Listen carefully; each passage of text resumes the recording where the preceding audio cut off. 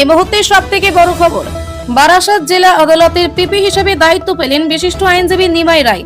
দায়িত্ব গ্রহণ করতেই বিজেপির জেলার নেতা কর্মীদের উপচে পড়া ভিড় লক্ষ্য করা যায় নিমাই রায়ের হাবড়া গ্রামের বাড়িতে। পাশাপাশি স্থানীয় দলীয় কর্মীদের পক্ষ থেকে নিমাই রায়কে ফুল এবং উত্তরীয় দিয়ে অভ্যর্থনা ও সম্মান জানানোর চিত্র ধরা পড়ে নিউজ বাংলার ক্যামেরায়। বিশিষ্ট আইনজীবী তথা উত্তর 24 পরগনা জেলার পাবলিক প্রসিকিউটর শ্রী নিমাই রায়কে শুভেচ্ছা অভিনন্দন জানাতে আসেন বিজেপির বলিষ্ঠ নেতৃত্ব তথা আইনজীবী সোমনাথ দত্ত।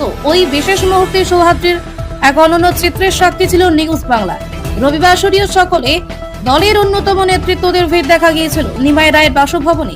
এই দিন সাংবাদিকদের মুখোমুখি হয় দলীয় সকল নেতা কর্মীদের উদ্দেশ্যে একসাথে মিলেমিশে কাজ করার বার্তা দিয়েছেন। এছাড়াও তিনি আরো কি বলেছিলেন সংবাদ মাধ্যমের মুখোমুখি হয়ে আপনাদের দেখাবো সেই চিত্র। অলরেডি একটা সিদ্ধান্ত নিয়েছে যে সব রাজনৈতিক মিথ্যা মামলা আমাদের সমান বিচারধারার মানুষেরা খেয়ে আছে, সেই মামলাগুলো লিস্ট করে পাঠিয়ে দিলে একটা বিজ্ঞপ্তি জারি করে মামলাগুলো সরকার ফেরত নেবে। আমরা ওই আমাদের যেটা জাতীয় প্রতীক অশোক স্তম্ভ আর নিচে লেখা থাকে সত্যমেব জয়তে, আমরা যেন সেটাকে শুধু কথার কথা না করে ফেলি।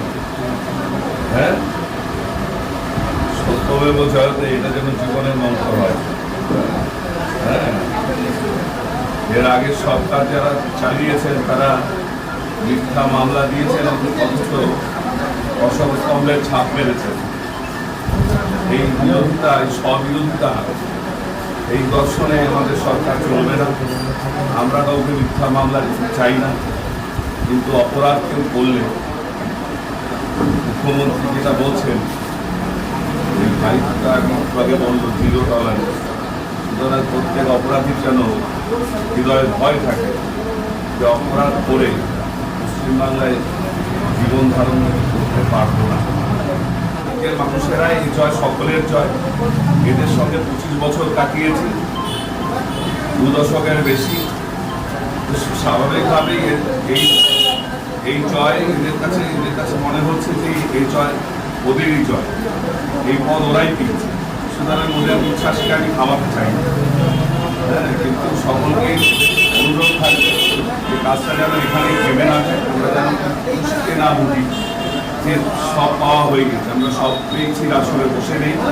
আমাদের কাজ এখন একটা নতুন আঙ্গিকে শুরু হবে।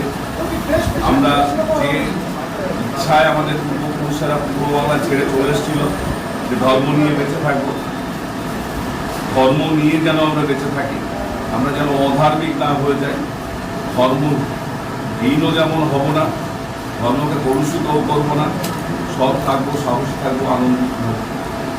আগামী দিনের জন্য কি বার্তা দেবেন আপনি? আগামী বার্তা এই যে ইচ্ছায় আমাদের পূর্বপুরুষেরা নদীর ঘাট, শ্মশান ঘাট, পুকুর ঘাট সব ফেলে দিয়ে চলে এসেছিল। হ্যাঁ, জন্মান্তরের ঘাটে মাটি সব ছেড়ে দিয়ে চলে এসেছিল। সেই ধর্ম যেন সকলের অন্তরে থাকে, মানুষ যেন ধার্মিক চেতনায়